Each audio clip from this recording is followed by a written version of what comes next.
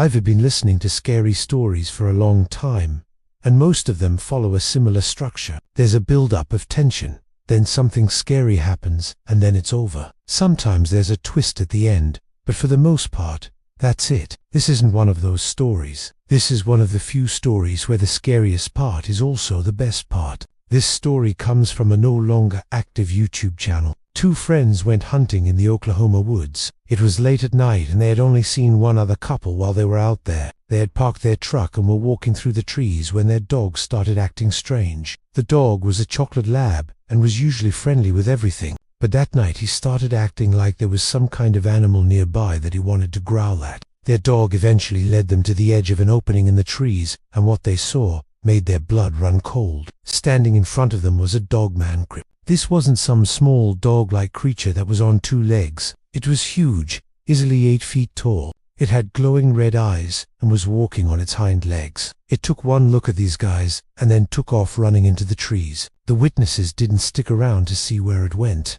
because they were too terrified. Instead, they got in their truck and drove out of the woods as fast as they could. But this is where the story takes a turn. When they sped out of the woods, they thought they had lost whatever that thing was. Then they heard a loud crash in the trees behind them. The witnesses turned around and they saw the dogman come bounding out of the woods. It was running on all fours now and was keeping up with their truck. This continued for a little while, the dogman running alongside the truck, keeping up with them as they sped down the road. Eventually, though, the dogman stopped and went back into the woods. The witnesses never told anyone about this until now, and to be honest, I think they made the right call. No one would have believed them anyway. Even if they did tell someone, the most likely outcome would have been that they'd get institutionalized for seeing a giant, 8-foot-tall, glowing-eyed dogman. But I think there's another reason they waited so long to tell this story. They knew that no one would believe them, so they didn't want to make a fool out of themselves. But by waiting so long,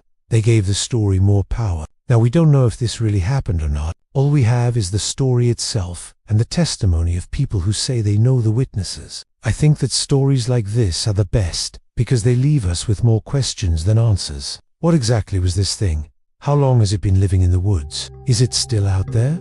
Will it attack again? Stories like this make us confront the fact that there are some things we may never fully understand. There are some mysteries that are better left unsolved.